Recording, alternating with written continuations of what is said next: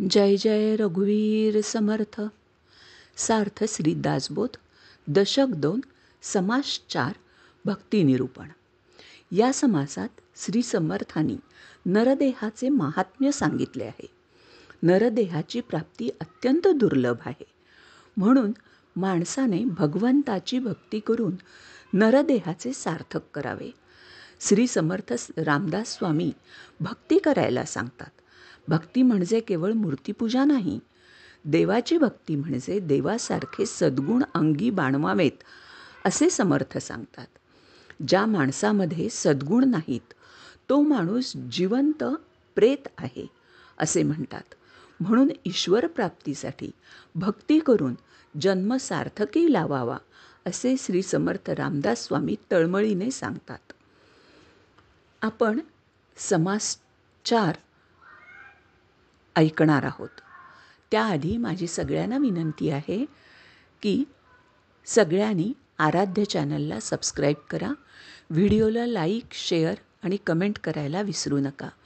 मला तुमच्याकडून प्रतिसाद येत नाही आहेत व सगळे व्हिडिओ छान बघतायत, व्ह्यूज येत आहेत सगळं, पण तरी मला प्रतिसाद मिळत नाही आहे कमेंटमधून. त्यामुळे मला थोडंसं तुम्हाला विनंती करायची आहे की कमेंट नक्की करा. श्रीराम एवढं तरी लिहा. चला तर मग ऐकूया. दशक 2 समास 4. श्रीराम श्रीराम श्रीराम. नाना सुकृताचे फळ तो हा नरदेह केवळ. त्याही मध्ये भाग्य सफळ तरीच सन्मार्ग लागे. नरदेही विशेष ब्राह्मण त्याहीवरी संध्या स्नान. सद्भावना भगवत भजन घडे पूर्व पुण्य. बघा, समर्थांनी 14व्या ओळीपर्यंत भक्ती करायची म्हणजे काय काय करायची ते सांगितलेलं आहे. बघा, आता ह्याच्या पुढचे 14 श्लोक हे भगवत भक्तीचे आहेत आणि त्याच्या पुढचे श्लोक माणसाने काय नाही केलं पाहिजे ते पण सांगितलेलं आहे. चला तर मग ऐकूया. भगवत भक्ती हे उत्तम त्याहीवरी सत्समागम. काळ सार्थक हाची परमलाभ जाणावा. प्रेमप्रीतीचा सद्भाव आणि भक्तांचा समुदाव. हरिकथा महोत्सव तेणे प्रेमा दुणावे. नरदेही आलिया एक काही करावे सार्थक. जेणे पाविजे परलोक परम दुर्लभ जो. आपल्याला जर नंतर परलोक मिळायचा असेल तर आज भक्ती करायलाच हवी. विधियुक्त ब्रह्मकर्म अथवा दया दानधर्म अथवा करणे सुगम भजन भगवंताचे. अनुतापे करावा त्याग अथवा करणे भक्तियोग. नाहीतरी धरणे संग साधूजनांचा. बघा, भक्ती करणं केवढं सोपं सांगितलं आहे समर्थांनी. साधूजनांचा संग एवढं तरी करा. नाना शास्त्रे धांडोळावी अथवा तीर्थे तरी करावी. अथवा पुरश्चरणे वरवी पापक्षया कारणे. अथवा कीजे परोपकार अथवा ज्ञानाचा विचार. निरूपणी सारासार विवेक करणे. पाळावी वेदांची आज्ञा कर्मकांड उपासना. जेणे होईजे ज्ञाना अधिकार प्राप्त. काया वाचा आणि मने पत्रे पुष्पे फळे जीवने. पत्र पान, पुष्प फूल, फळ आणि जीवने म्हणजे पाणी हे देवाला अर्पण करायचं. भगवद्गीतेत पण हे सांगितलं आहे. 4थ्या अध्यायातली ओवी आहे ती. तुम्ही जरूर भगवद्गीता ऐकणार असाल तर तीही मी लोड करीन. तुम्ही मला फक्त कळवा कमेंटमधनं. काहीतरी एक भजने सार्थक करावे. जन्मा आलियाचे फळ काही करावे सफळ. ऐसे न करिता निर्फळ भूमिभार होये. नरदेहाचे उचित काही करावे आत्महित. यथानुशक्त्या चित्तवित्त चित्त आणि वित्त सर्वोत्तमी लावावे.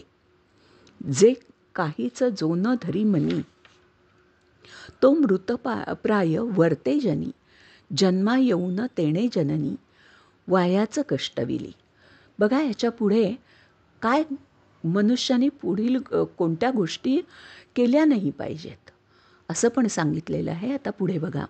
नाही संध्या नाही स्नान नाही भजन देवतार्जन नाही मंत्र जप ध्यान मानसपूजा, नाही भक्ती नाही प्रेम, नाही निष्ठा नाही नेम, नाही देव नाही धर्म, अतीत अभ्यागत, नाही सद्बुद्धी नाही गुण, नाही कथा नाही श्रवण, नाही अध्यात्म निरूपण ऐकिले कदा, नाही भल्यांची संगती, नाही शुद्ध चित्तवृत्ती, नाही कैवल्याची प्राप्ती मिथ्यामध्ये, नाही नीती नाही न्याय, नाही पुण्याचा उपाय, नाही परत्रीची सोय, युक्तायुक्त क्रिया, नाही विद्या नाही वैभव, नाही चातुर्याचा भाव, नाही कळा नाही लाघव, रम्य सरस्वतीचे, शांती नाही क्षमा नाही, दीक्षा नाही मित्री नाही, शुभाशुभ काहीच नाही साधनादिक, शुची नाही स्वधर्म नाही, आचार नाही विचार नाही, अरत्र नाही परत्र नाही, मुक्त क्रिया मनाची, कर्म नाही उपासना नाही, ज्ञान नाही वैराग्य नाही, योग नाही अरिष्ट नाही, काहीच नाही पाहता, उपरती नाही त्याग नाही, समता नाही लक्षण नाही, आदर नाही प्रीती नाही परमेश्वराची, परगुणाचा संतोष नाही, दुसऱ्याचा चांगला गुणाचा सुद्धा आनंद घेता आला पाहिजे, तोही नाही एखाद्या माणसाकडे, परोपकारी सुख नाही, हरिभक्तीचा लेश नाही अंतर्यामी, ऐसे प्रकारीचे जे जन, ते जितची प्रेता समान, त्यासी न करावे भाषण पवित्रजनी, पुण्यसामग्री पुरती, तयासीच घडे भगवत भक्ती, जे जे जैसे करीती ते पावती तैसेची, इति श्री दासबोधे गुरुशिष्य संवादे भक्ती निरूपण नाम समास चतुर्थ. श्रीराम